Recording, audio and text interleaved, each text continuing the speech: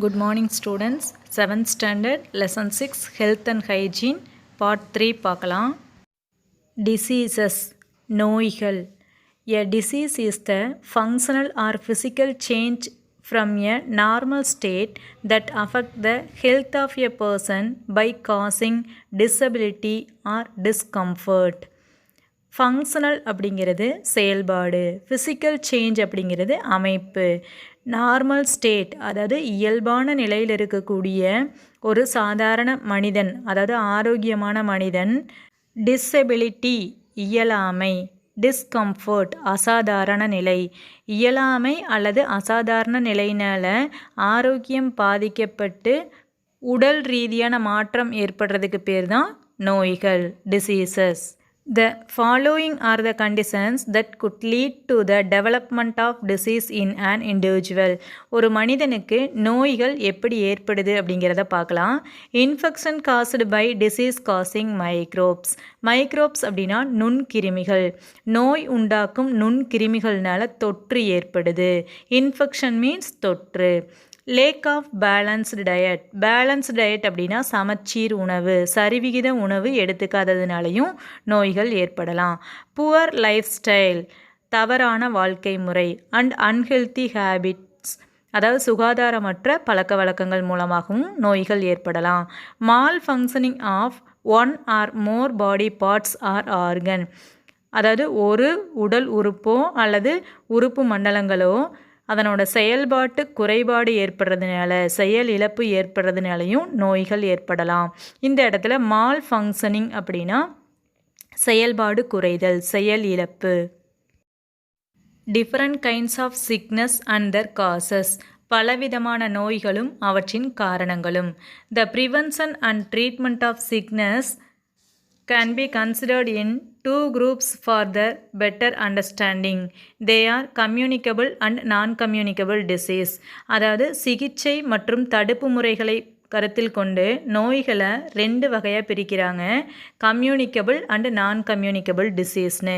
Communicable means தொற்று நோய்கள், non communicable disease means தொற்றா நோய்கள். Communicable disease. Communicable diseases are those diseases that spread from one person to another. Spread அப்படின்னா பரவுதல்.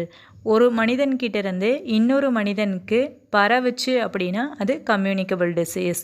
Healthy persons must be protected from people with communicable disease. ஆரோக்கியமான மனிதர்கள் communicable டிசீஸ்னால் infect ஆனவங்க கிட்ட இருந்து ப்ரொடெக்டடாக பாதுகாப்பாக இருக்கணும். Diseases spread through contaminated air, water, food or vectors. அதாவது டிசீஸ் எப்படி பரவுது, இந்த நோய்கள் எப்படி பரவுதுன்னா அசுத்தமான காற்று, நீர், உணவு மற்றும் கடத்திகள் மூலமாக பரவுது. இந்த இடத்துல வெக்டார் அப்படின்னா கடத்திகள். நோயை பரப்பக்கூடிய உயிரினங்களை வெக்டார்னு சொல்லுவோம், கடத்திகள்னு சொல்லுவோம். Insect and other animals. பூச்சிகள் மற்றும் நோயை கடத்தக்கூடிய பிற அனிமல்ஸை நம்ம வெக்டார்ஸ்ன்னு சொல்கிறோம். Diseases caused by bacteria. பாக்டீரியாவினால் பரவக்கூடிய நோய்கள். Communicable diseases like tuberculosis, cholera, typhoid are caused by bacteria. Tuberculosis, cholera, typhoid இந்த 3ம் பாக்டீரியா மூலமாக பரவுது. These diseases spread through air, water and some other organism.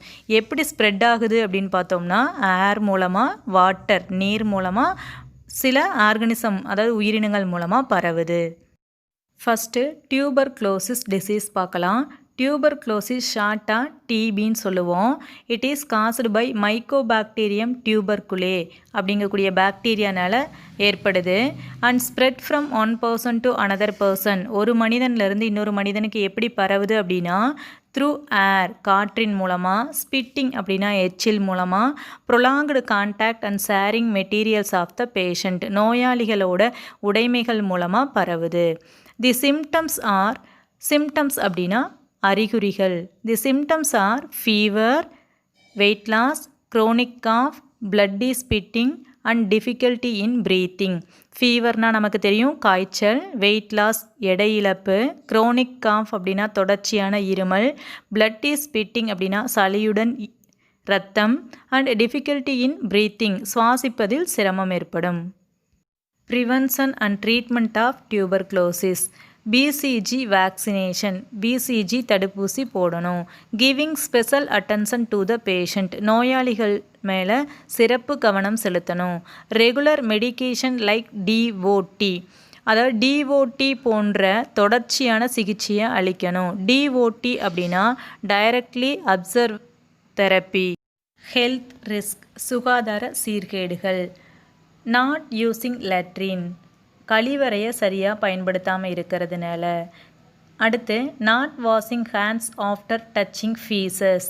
Faeces அப்படிங்கிறது கழிவுகளை டச் பண்ணதுக்கப்புறம் ஹேண்ட் வாஷ் பண்ணாமல் இருக்கிறதுனால. Next not washing hands before preparing food உணவு தயாரிக்கிறதுக்கு முன்னாடி ஹேண்டை ப்ராப்பராக வாஷ் பண்ணாமல் இருக்கிறதுனாலையும் சுகாதார சீர்கேடு ஏற்படுது. Not washing hands before eating சாப்பாடு சாப்பிட்றதுக்கு முன்னாடி ஹேண்ட் வாஷ் பண்ணாமல் இருக்கிறதுனாலையும். நெக்ஸ்ட்டு ஃப்ளைஸ் ஆன் ஃபுட் மொய்த்த பண்டங்கள் மூலமாக. Not washing food before preparing உணவு தயாரிக்கிறதுக்கு முன்னாடி அந்த உணவு பொருட்களை சரியாக வாஷ் பண்ணாமல் இருக்கிறது மூலமாக. அடுத்து அன்சேஃப் ட்ரிங்கிங் வாட்டர் சுகாதாரமற்ற நீரை குடிக்கிறதன் மூலமாக. அப்போது இந்த காரணங்கள் எல்லாத்தினாலையும் நமக்கு சுகாதார சீர்கேடு ஏற்படுறதுக்கு வாய்ப்பு இருக்குது. Next bacterial disease cholera. It is caused by Vibrio cholerae and spread through the consumption of contaminated food or water. அதாவது விப்ரியோ காலராங்கிற பாக்டீரியா மூலமாக இந்த காலரா நோய் ஏற்படுது. எப்படி ஸ்ப்ரெட் ஆகுது, எப்படி பரவுது அப்படின்னு பார்த்தோம்னா சுகாதாரமற்ற உணவு மற்றும் நீரை எடுத்துக்கிறதுனால இந்த காலரா ஏற்படுது. The symptoms of cholera is vomiting, severe diarrhoea and cramps in leg. அறிகுறிகள் என்னென்னு பார்த்தோம்னா அறிகுறிகள்னு ஏற்கனவே பார்த்தோம். வாமிட்டிங் வாந்தி, சிவியர் டயேரியா தீவிர வயிற்றுப்போக்கு அண்ட் கிராம்ப்ஸ் இன் லெக் அப்படின்னா தசைப்பிடிப்பு. Next prevention and treatment of cholera. Good hygienic practices like washing hands before eating சாப்பிட்றதுக்கு முன்னாடி ஹேண்ட் வாஷ் பண்ணுற சுகாதாரமான பழக்கங்களை ஃபாலோ பண்ணலாம். Avoid eating uncovered food from street vendors தெருக்களில் திறந்த வெளிகளில் இருக்கக்கூடிய உணவுப் பொருட்களை உண்பதை தவிர்க்கணும். ட்ரிங்கிங் பாயில்டு வாட்டர் கொதிக்க வச்சு ஆற வச்ச குடிநீரை குடிக்கணும். கெட்டிங் வேக்சினேஷன் எகெயின்ஸ்ட் காலரா காலராவுக்கு எகெயின்ஸ்டாக தடுப்பூசி போட்டுக்கலாம். Next typhoid also bacterial disease. It is caused by salmonella டைஃபிங்கிற பாக்டீரியா மூலமாக ஏற்படுது. And it is spread by contaminated food and water இதுவும் சுகாதாரமற்ற உணவு மற்றும் நீர்னால ஸ்ப்ரெட் ஆகுது, பரவுது. த சிம்டம்ஸ் ஆர் அறிகுறிகள் என்னென்னு பார்த்தோம்னா anorexia, headache, rashes on abdomen, dysentery and high fever up to 104 degree Fahrenheit. Anorexia means பசியின்மை, ஹெட்டேக் தலைவலி உங்களுக்கு தெரியும், ரேசஸ் ஆன் அப்டாமன் அதாவது அடிவயிற்றில் புண் ஏற்படும், டிசென்ட்ரி வயிற்றுப்போக்கு, ஹை ஃபீவர் 104 டிகிரிக்கு மேலே அதிக காய்ச்சல் இருக்கும். ட்ரிங்கிங் பாயில்டு க்ளீன் வாட்டர் கொதிக்க வச்ச குடிநீரை குடிக்கணும். ப்ராப்பர் டிஸ்போசல் ஆஃப் சீவேஜ் கழிவுகளை முறையாக அப்புறப்படுத்தணும். வேக்சினேஷன் அப்படின்னா தடுப்பூசி போடணும். டிசீசஸ் காஸ்டு பை வைரஸினால் ஏற்படக்கூடிய நோய்கள்.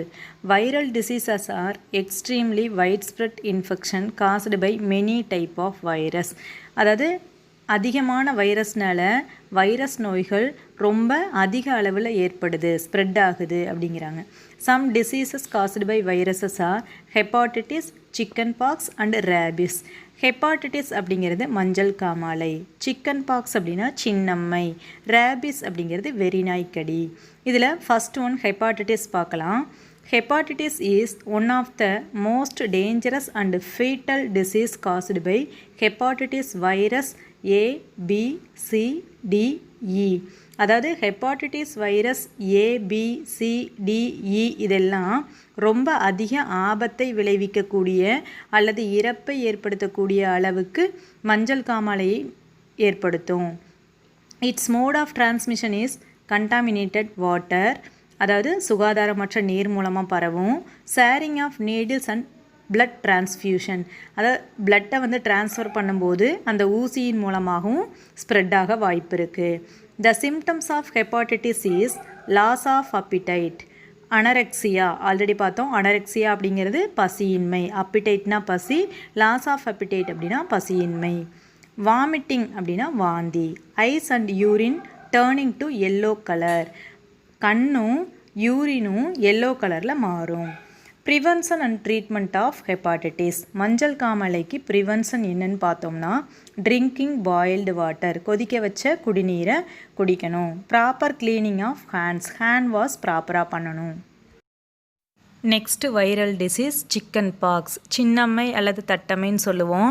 அதர்வைஸ் நோன் அஸ் வேரிசெல்லா அப்படின்னு சொல்கிறாங்க. Chicken pox also known as varicella. It is highly contagious infection caused by the varicella zoster virus. Varicella zoster virus அப்படிங்கிற வைரஸ் மூலமாக இது ஸ்ப்ரெட் ஆகுது.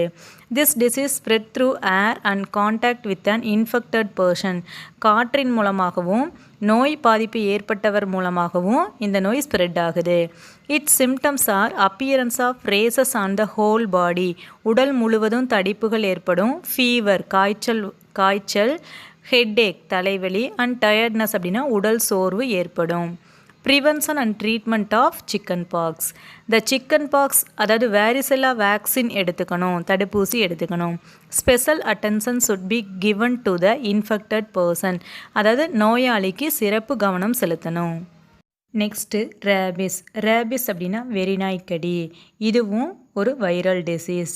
Rabies is a fatal disease which is transmitted by the bite of infected dog, rabbit, monkey, cat etcetera.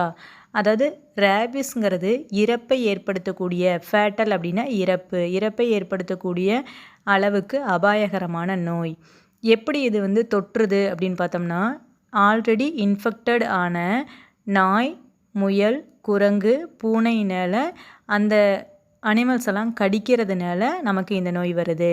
The virus present in saliva of dog enters the brain via neurons, அதாவது இந்த virus நாயோட உமிழ்நீர்லேருந்து நரம்புகள் வழியாக மூளைக்கு போகுது. தி symptoms of rabies R, அதாவது சிம்டம்னா அறிகுறிகள், ரேபிஸோட அறிகுறிகள் ஹைட்ரோஃபோபியா அப்படின்னா நீரை பார்த்தா பயமாக இருக்கும். Next fever for 2 to 12 weeks, அதாவது 2 முதல் 12 வாரங்களுக்கு காய்ச்சல் இருக்கும். அண்ட் எக்ஸாக்ரிகேஷன் இன் பிஹேவியர், நடத்தையில் மாற்றம் ஏற்படும். Prevention and treatment of rabies. In early stages rabies is very difficult to detect, அதாவது ஆரம்ப காலத்தில் ரேபிஸோட அறிகுறிகளை கண்டுபிடிக்க முடியாது. After an animal is bitten, it usually takes 2 to 12 weeks to show any symptom and it may take as long as 2 years also.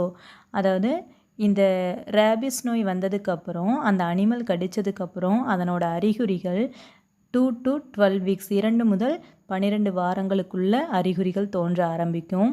சில சமயம் 2 வருடத்துக்கு அப்புறம் கூட அந்த அறிகுறிகள் தோன்றலாம். Fatality can be prevented by timely vaccination before the onset of symptoms. அறிகுறிகள் தோன்றுவதற்கு முன்னாடியே நம்ம அந்த வேக்சினேஷன் தடுப்பூசி போட்டுட்டோம் அப்படின்னா இறப்பை தடுக்கலாம்.